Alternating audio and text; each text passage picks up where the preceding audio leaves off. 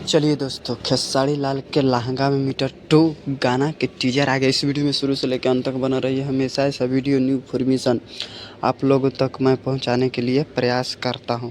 खेसारी लाल के गाना के पोस्टर आया, टीजर आया, जिस गाना के नाम है लहंगा में मीटर 2।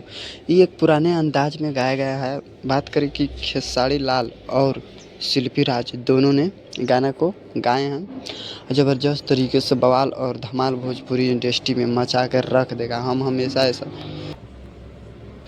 खेसारी लाल के जब भी कोई गाना आता है भोजपुरी इंडस्ट्री में तबाही मचा के रख देगा। लेकिन खेसारी लाल के गाना के टीजर आया है, आप लोग नहीं देखे तो जाकर देख लीजिए। बवाल और धमाल भोजपुरी इंडस्ट्री में मचाते ही रहते हैं। हम हमेशा ऐसा वीडियो आप लोगों तक पहुंचाने के लिए। बात करें कि खेसारी लाल के गाना कब आएगा, तो बात करें कि 19 तारीख के सुबह 7:30 बजे खेसारी लाल के गाना आ जाएगा और भोजपुरी इंडस्ट्री में तबाही मचा के रख देगा। हम हमेशा ऐसा वीडियो न्यू इन्फॉर्मेशन आप लोगों तक मैं पहुंचाने के लिए प्रयास करता हूं। अगर इस वीडियो पर आए तो इस वीडियो को लाइक और सब्सक्राइब जरूर करें। पूरा वीडियो देखने के लिए आप लोगों को धन्यवाद।